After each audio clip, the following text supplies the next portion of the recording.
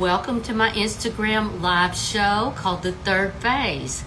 I have got the most wonderful guest today, the infamous Caroline Hipple. Caroline is a recipient of the prestigious Arts Academy of Achievement Awards. She's a trailblazer in the home industry, a thought leader, a mentor to many, but honestly, she is the most gracious and wise woman I have ever met. I fell in love with her the first time I met her at High Point Market. So excited to have her here today. And to everyone who's joining us today, I'm Lori Carpenter, interior designer and founder of The Third Phase. But I want to thank our sponsor, Life Ballet. Life Ballet has created these stunning grab bars for our homes that enhance safety, style, and freedom. Life is full of possibilities, and your home is too. So check out all the possibilities at lifeballet.com. And let me welcome my prestigious guest, Caroline Hipple.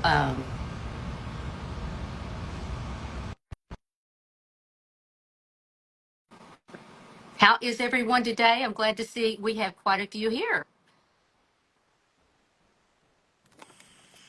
Hello, Caroline. Hello, it's so fun. Oh, Fun it's to so be great to with have you. you. So, thank you for those kind words, Lori. You know what? We've had a lot of fun together, haven't we? And we've We seen have. so much of this world through the lens of design and bringing beautiful things to the world. So, and you're a star at that. One of the top 25 Arkansas designers. That's amazing. Oh, well, thank So, you very much. Very much. I appreciate that. But we are here we've got to learn more about you. You, are you Caroline, have sure? built a commemorable career leading companies, and you've helped people create beautiful homes by leading these companies to create beautiful things. So tell us about your journey. I realize that, it's been a long journey. Can you believe it? It'll be 48 years this year. I've been in this 48 industry. years? 40. I don't tell that to everybody, but I'll tell You that to did, you you. started what, eight or Yeah, nine? maybe. Yeah, I know. It's crazy. But I learned there's a Japanese principle called ikigai, and it's really cool. And for those of you all that want to unlock, um, you know, who you are, it's a really helpful practice. It tells you to examine who you are, Hmm. what does the world need from you, and what can you do in a work fashion that uses who you are.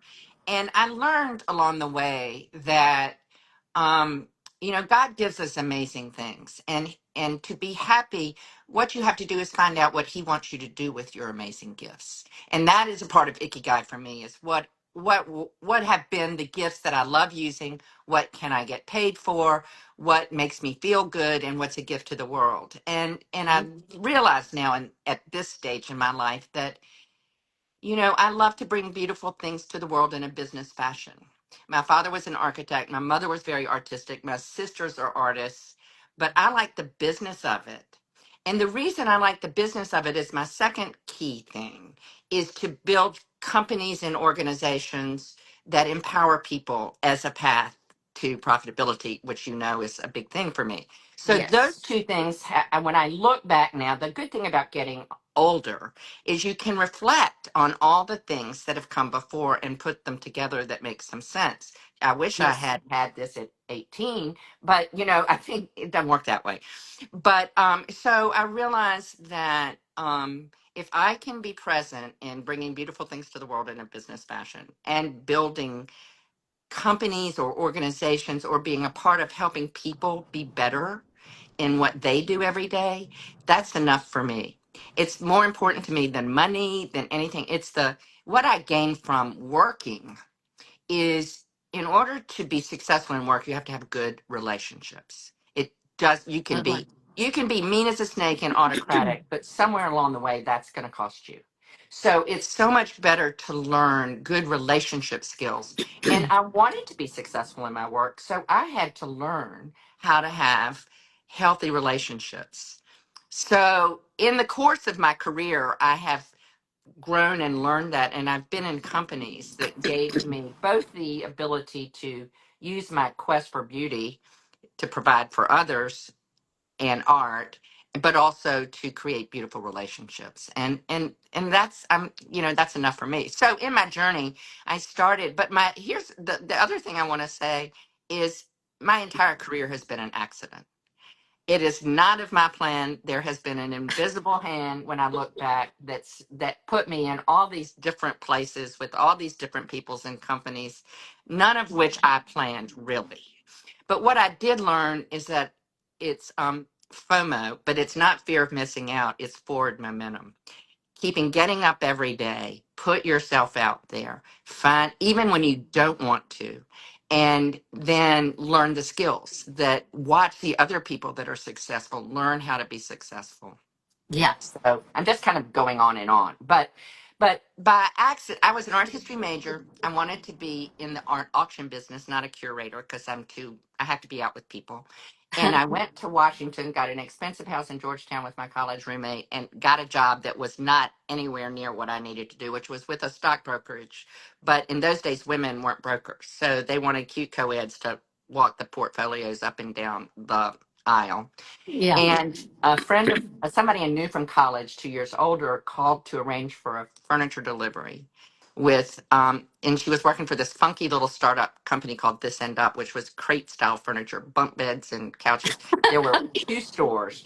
And I said, I need some Christmas money. Can I have a part time job? Well, if you're a retailer, you always need part Oh, time. So, yes, I mean, I absolutely. didn't, I mean, if I was walking and breathing, she would have hired me. But Hmm. what I found was this remarkable company. And like 6 months later, I was asked to be a store manager. I called my father. I said, I'm going to manage these this and up stores. He goes, what? I paid for you to have an expensive education. I studied the history of American furniture and architecture was my college degree, Oh, oddly enough. wow. But um, he said, I paid for you to have expensive education. You're going to sell shipping crates. But I said, right then, I said, trust me, this is going to be a big company someday. How I knew that, I don't know. We ended up selling $1 billion worth of This End Up. We Wow. opened 250 stores. I went from a part-time salesperson to running every front part of the business, not the manufacturing, but the sales, marketing, merchandising, real estate, PR, blah, blah, blah, blah, blah. It gave me, I lived in Philadelphia, Boston, Los Angeles, Oh, Richmond. wow. So I did the Navy tour. I learned the country. But what I learned from This End Up is we had a brilliant founder who's no longer living, but he was so smart. He wanted women selling furniture because he thought women bought furniture. And this was in the 70s.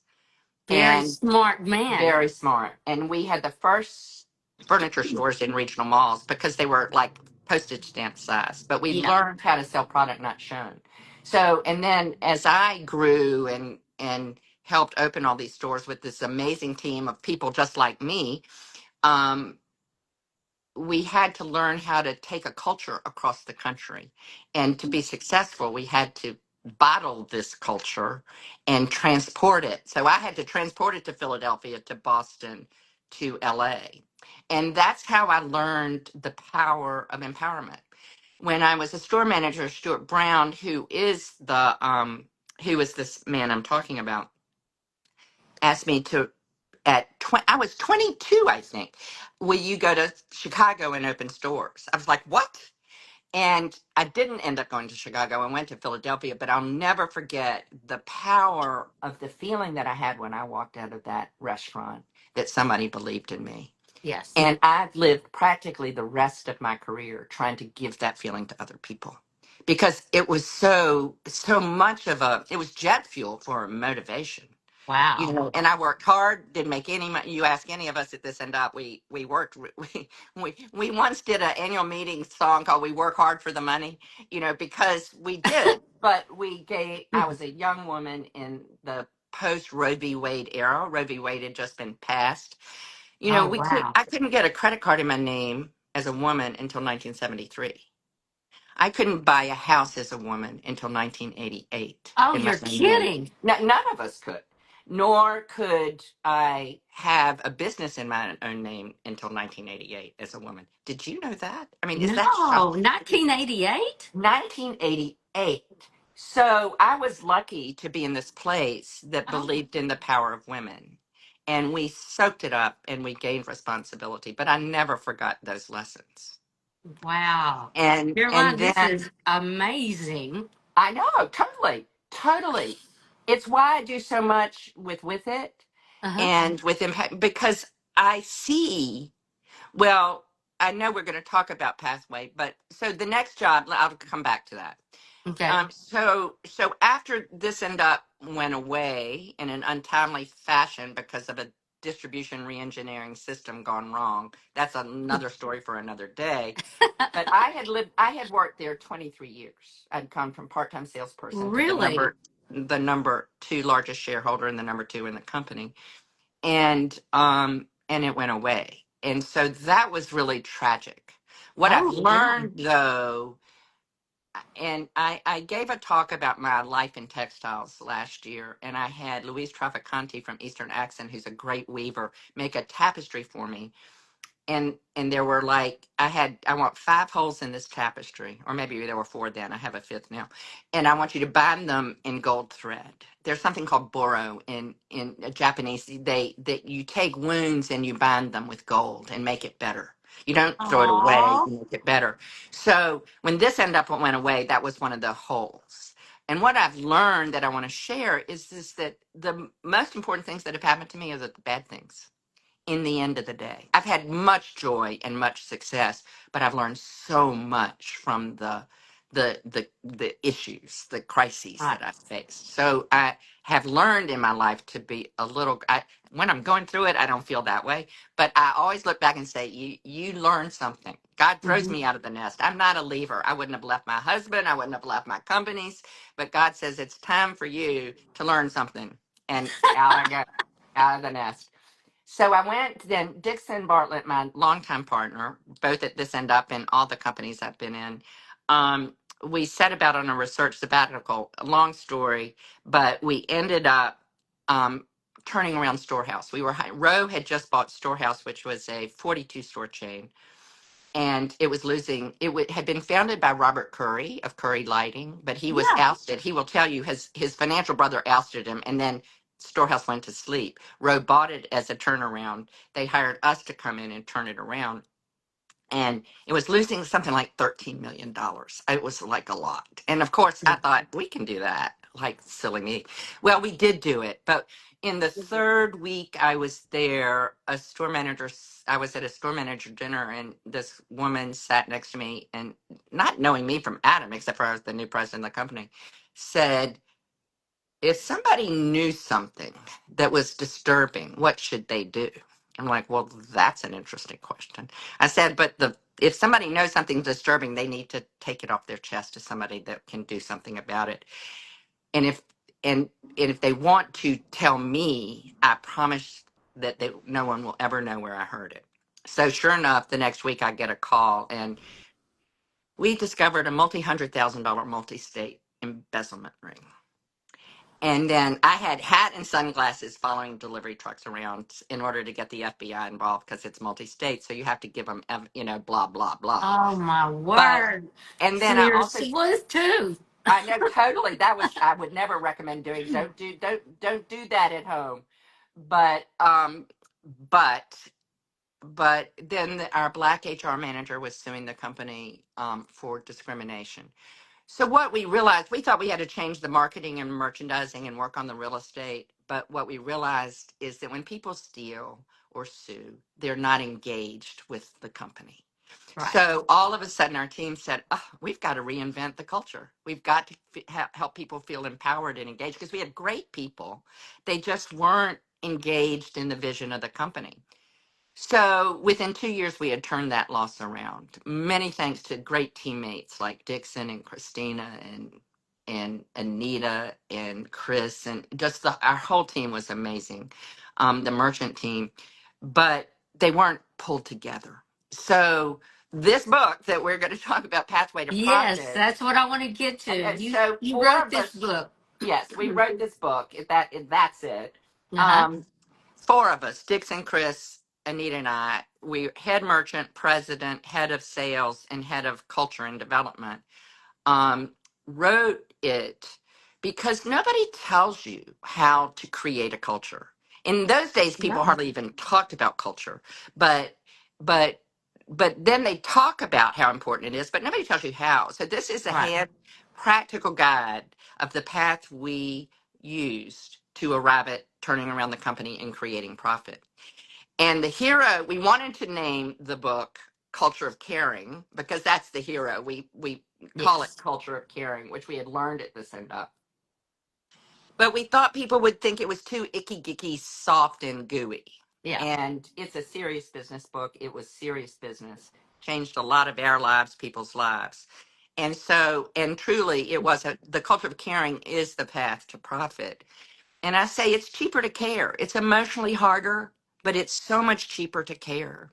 Absolutely. And, and so, but what does caring mean in a business situation? It Yes. means teaching managers how to understand their employees and engage them in their activities so that they see they're getting their life. We talked in the beginning, and God gives us these things to do in life. Mm-hmm.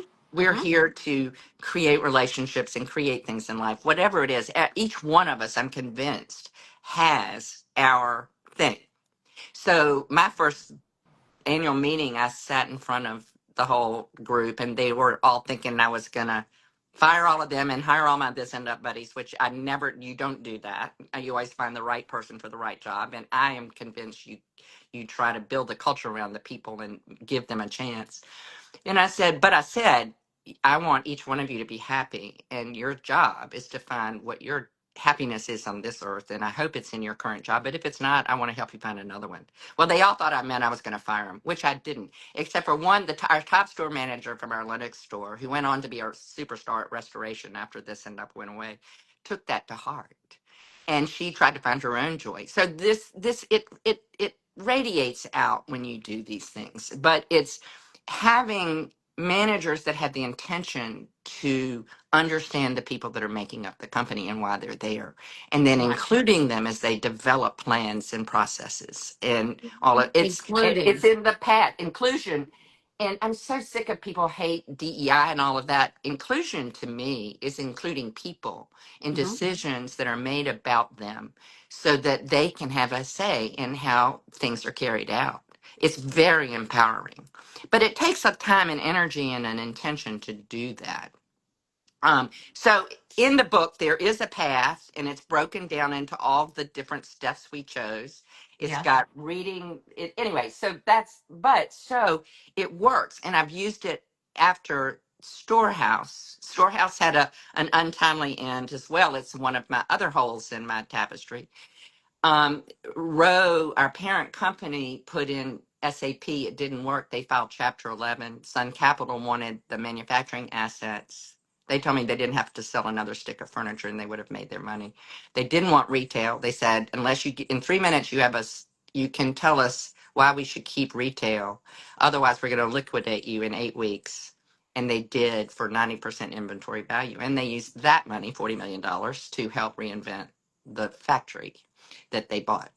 So that was quite interesting to have gone through all Wow. that and then have that be the outcome. I was the third largest shareholder at that point of there, but well, sort of, I had stock basically that went away when they went Chapter 11 wrote.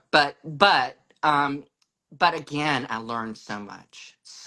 And I was just with Kathy Pirtle, who was our head of our textiles and window treatments, who's now at Lacefield Designs. And she said, we stood out in the parking lot on the day I had to tell them to leave. We were having pajama day because we thought this day was coming. Mm-hmm. And I sat and I said, we all had on pajamas and robes and fuzzy slippers and sunglasses. I had sunglasses, thank God, because I was in front of everybody. Yeah. And I said, we've had this amazing experiment. It worked. Now you all have to go out and be seeds and plant this in other companies. And she You says, I've have been doing that ever since. you have the most incredible, wise, forward vision I have ever seen. That Well, is so wise. And it worked. I mean, literally just last week, I was at America's Mart at the show, and I saw Kathy. I think that's where I saw her. And she says, Caroline, I think about that all the time, that I'm to be a seed to plant these Yeah. things. But that day, we had this big bear of a guy who I adored, Ben, who was a very introverted IT guy, a huge bear, and he was in pajamas too. And I looked, he was weeping, and I was like, I can't. So nobody left. This was the sign of that culture of caring. Nobody left until they couldn't stay. The other Oh, thing, a sign of the culture of caring at the storehouse, was Katrina happened. We took the chain to 72 stores, and we had one or two stores in New Orleans, and Katrina happened, and our Christina, our CFO, and Christina called me. I was in Paris at the Maison, and she goes, you got to come back. What are we going to do about Katrina? And you know what happened?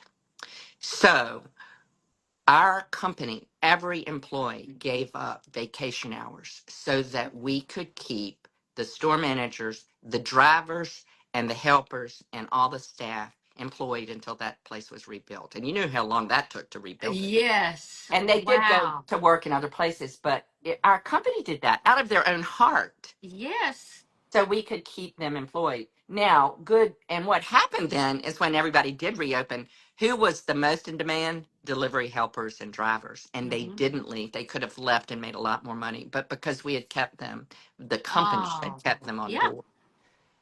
So that's an example of how when you care, you create an environment where people have a say in what happens to them, and include them in your decision making. And that's the story of the book. It pays out in just little ways that you have no idea. Oh, absolutely. And so Absolutely. like in life, you have to do the right thing, and you let go the outcome. Hmm. So then Jacqueline Smith called Dixon and me, the Charlie's Angel, and asked Uh-huh. us to help her reinvent her home furnishings license. Hmm. And we're like, okay, I guess we have to start a consulting company. So that's when we started HB2 all those Okay. years ago.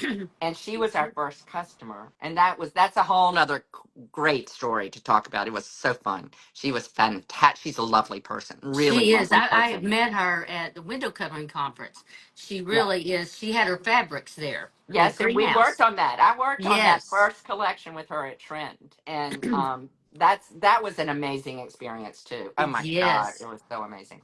Yeah. And that Trend is, I think Fabricut would say, their single best ever launch, that first launch. We Wow. did it so right. Emily, the merchant there, is amazing. That was just a great experience. Our Yeah. second customer was Norwalk. Norwalk. So, Norwalk. And so Norwalk had been a 100-year-old company. It went out of business in 2007 or 8. I think it was 8. And then 12 families in the community bought the assets to reinvent it so they could keep the jobs in the community. And then hired Dixon and me to help them with strategy and merchandising, and Gotcha. blah, blah, blah. And then 8 years later, I became the president. And that's a whole accidental story in itself. But and then I was the president for 8 years. But what I loved about what we got to do with Norwalk is really use decorative fabrics as a competitive advantage. We really work, Oh, you yes. you know, You I'm brought really fabrics. passionate about that. Mm-hmm. And because at this end up and at Storehouse, and we've done lots of merchandising fabric. But anyway, but also I said to the investors in that very beginning, we have to get to X million dollars sales and earnings so you can devise exit strategies. And they said, you'll never get there. I said, well, you won't have an exit strategy then, so you better hope I do. Well, Well, we I knew exceeded that it. you had a record breaking profits with them. Well, With for them. yes. Oh, we had the highest profit that they had had in 30 years. Yes. And Wow. we took the sales to $10 million more than what they thought I could never achieve. And the end result of that is we got to pay the investors back and buy the company for the employees and form an ESOP. And that was amazing. That If I is. could have died the next day and felt good about what I've done Uh-huh. in my career, You so have. really, You have. so. Well, and So you have done so much for just us designers. You I know, totally, oh, thank you. I mean, so much that I think that's why, I always called you Miss Norwalk, because you own everything. You put your heart into everything, and how you opened that up for designers when they wouldn't even let us into the showrooms a lot of times. I A know. lot of the showrooms would, if you're a designer, forget it. You have to own a furniture store. And that's And where, and I could see that. And, I've had sales ears to turn into silk's purses. For mhm, whatever reason, that's been my thing. Shipping crates sell $1 billion, turnaround storehouse, revive Norwalk. And uh-huh. I think that's also a girl thing, though. Hmm. You have to do that. So I understood that designers were so much more valuable than they were perceived as in our Yes. industry. And I And wanted to prove that we could build these businesses and we could be advocates, and I still believe that so well, positively. I am And so so, thankful for that, because that was the one thing I noticed with you that you did for us designers is open that up for us. well, and I really wanted to. And the other thing Trailblazer. I have to shout out to my management team at Norwalk, because they were so, and it was a part of what I think of as the pathway to profit, is that Uh-huh. they're pistons of the engine that were all working. Scott Canale, head of sales, and Mary, head of the designer business, and Sheila in terms of marketing, Dixon merchandising, Troy finance. I'm sure I'm leading Melissa HR. And we all knew what we were set out to do, and then we could go out independently and do it. That's what empowerment does. If It you are, does. I think being an autocrat is an insecure place. And I think a Yes. lot of people go into companies and say, I'm going to get everybody else out, put my own people in, blah. And I just am so opposed to that kind of management behavior, treatment of people. And it builds, Absolutely. and building, I treasure my relationship with my designer community. Mm-hmm. And what I also learned through all my gold threads around my holes is that you're the CEO of you.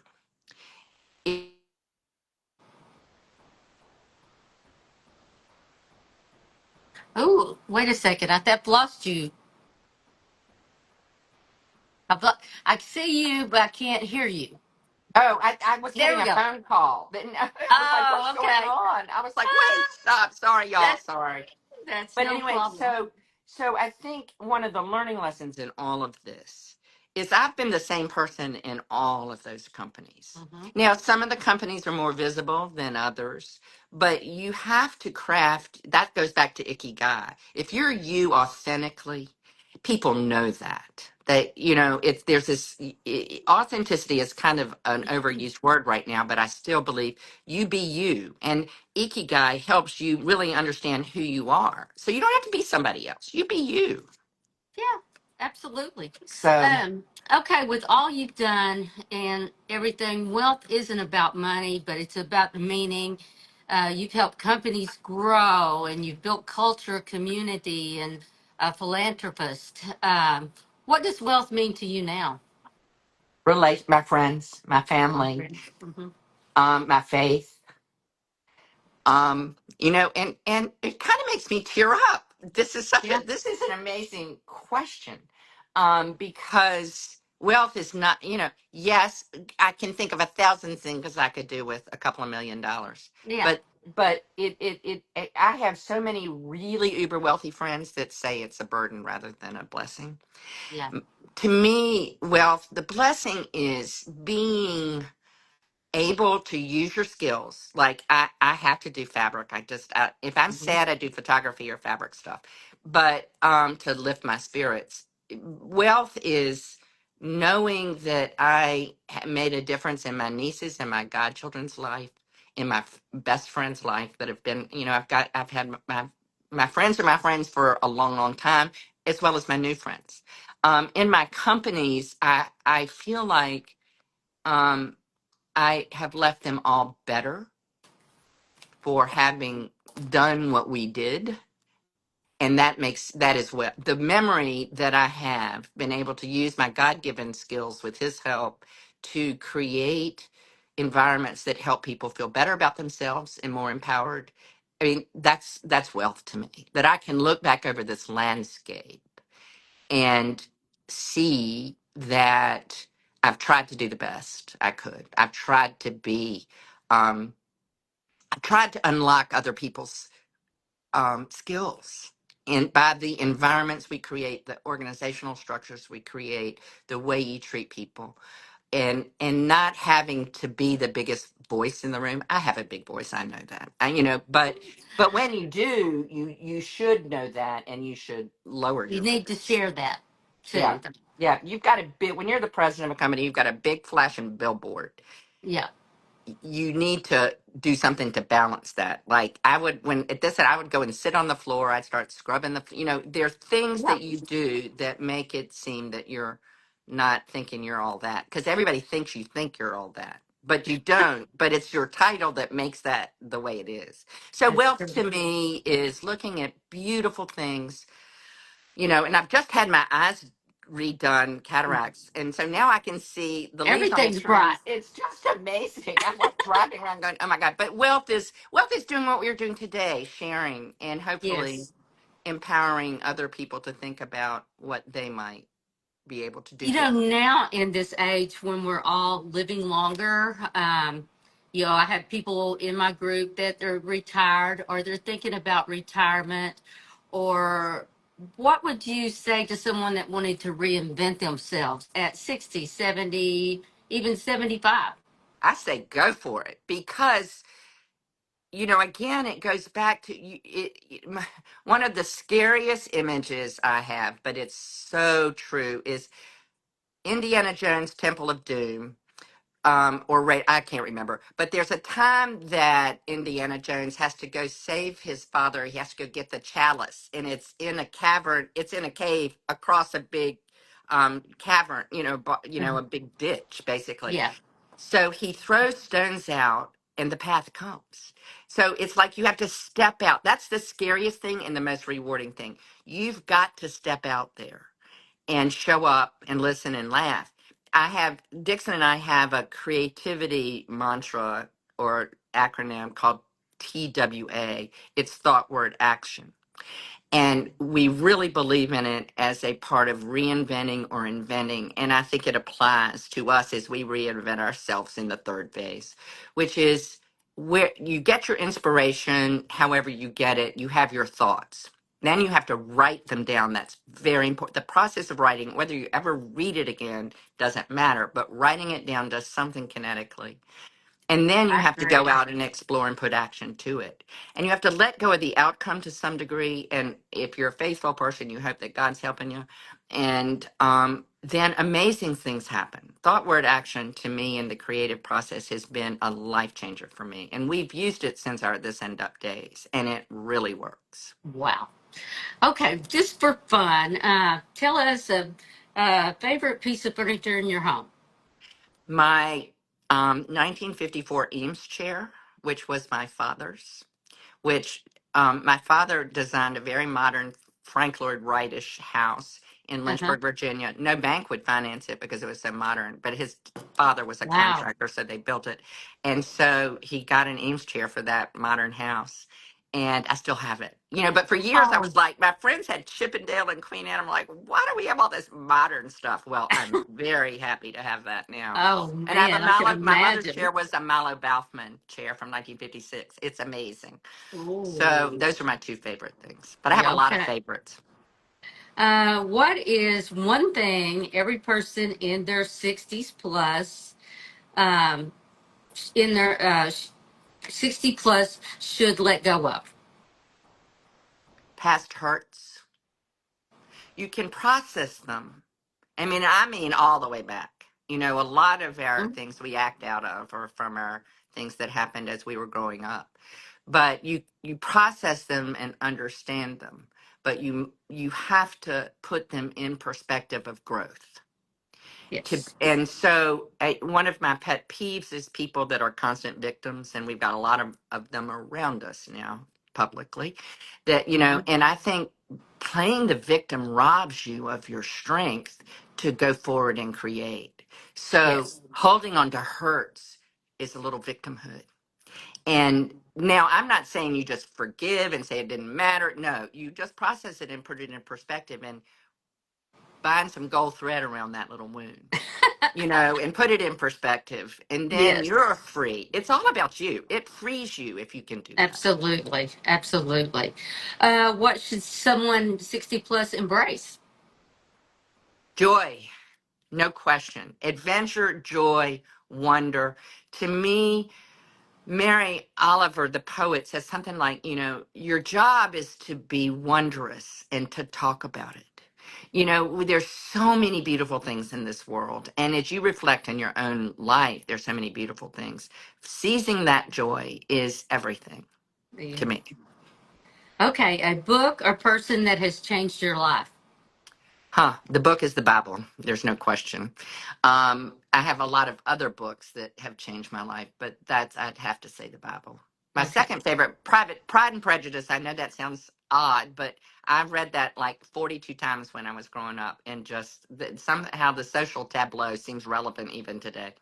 You're right. Um, a person has to be Stuart Brown, to whom we dedicated Pathway to Profit. He was such an amazing people person, but a brilliant businessman. And he tolerated hiring like 220-year-old women to run his stores. I mean, I don't know how he did it, Oh my but goodness. he really did change my life. So, Wow. Is your book still available? yes, on Amazon. Amazon. Uh Very huh. good. And Yeah. it's Yeah. Pathway A to pathway Profit. to profit. Uh huh. Pathway. A pathway to Okay. profit. Is there any So, message you would like to leave with our third phase? here's what I would say for me, and first of all, to our community and to the third phase. I came to work in the furniture industry to earn a living.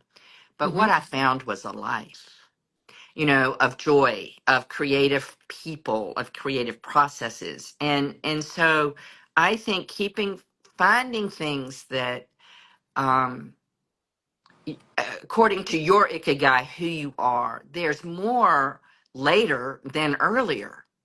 Yeah. I think it is. And I think it's the mind and the fears that are the most limiting. So the thing is learn to face your fears and turn them into forward momentum, is what I would say. Okay. Oh man, you've given us so much to reflect on today. I so appreciate you being here, and you are the example of the proof that leadership doesn't retire, purpose doesn't expire, and beauty is timeless because you are the most beautiful lady I think I've ever known. I'm going to Oh, cry. oh, I'm gonna cry I'm too. going to Oh my cry God. because I'm telling you, you have meant so much to our industry, and being a woman and trailblazing for us. Thank you. Thank you so much for being here today and giving us so much. So I want to say thank you again for being here. And if you have not joined my free, private, yet powerful Facebook group, I would love for you to do that. It's at www.facebook forward facebook.com/groups/ the third phase, the number three. Love for you to join. Y'all have things about Caroline. I'm telling you. Uh, what's next for you, Caroline?